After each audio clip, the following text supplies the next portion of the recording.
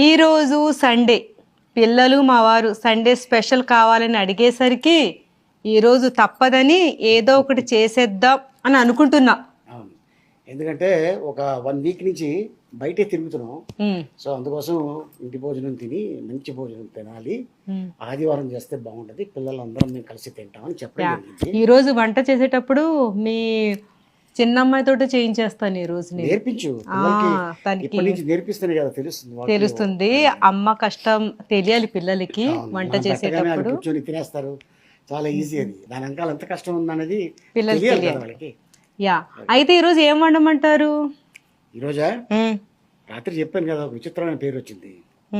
Mutton Mandela, chicken జింగిలాలా. పోలా అదిరిపోలా సరదాగా పెట్టిన పేరు ఇది. యా, ఈ పేరుతోటి నేను ఇప్పుడు వంట చెయ్యాలి ఎస్, మీకు నచ్చినట్టుగా. ఎస్. ఇంట్లో ఇప్పుడు వంట చేస్తున్నామంటే మేము ఉండేది నలుగురమే, కానీ నలుగురు కోసమే చెయ్యను కదా ఇప్పుడు కూడా.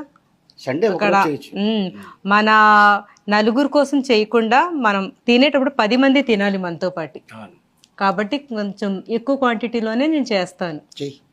ఓకేనా? ఫ్రెండ్స్కి ఇవ్వాలి కదా. ఎస్, అయితే స్టార్ట్ చేసేనా? ఇంతకీ మీ చిన్నమ్మాయి ఎక్కడుంది? అన్నీ రెడీ చేస్తుంది. చేస్తుందా? ఓ, వంట చేసే ముందు ఏం చేయాలి? ముందుగా అరే మాట్లాడరా, సామాన్లు రెడీ చేసుకున్నా. చేశారా ఇద్దరుని? ఆల్రెడీ చేసున్నాయి. మీరు చేశారా? చేయలేదు కదా. ఇప్పుడు బియ్యాన్ని ఇద్దరు కలిసి కడగాలి. మటన్ మండేలా కోసం కందిపప్పుని ఫ్రై చేయాలి. ఎంత మటన్ కి ఎంత కందిపప్పు వేయాలత్త?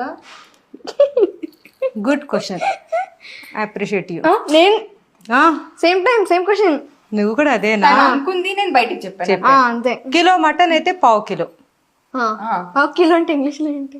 ఇంగ్లీష్ లో 1/2 కిలో అంటే నో, 1/2 కిలో అంటే హాఫ్.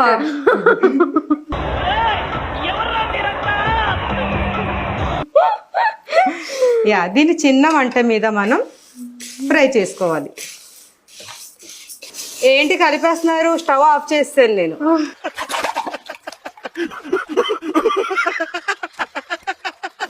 నేనే ఫ్రై చేశాను. ఫ్రై చేస్తుంటే ఇద్దరు నెమ్మదిగా బయటకి వెళ్ళిపోయారు. నేను ఫ్రై చేశాను. ఇది చిన్న మంట మీద ఈ కలర్ లో ఫ్రై అవ్వాలి. కాదు, మా మమ్మీ జోక్ చేస్తుంది. మనం ఇప్పుడే చేసి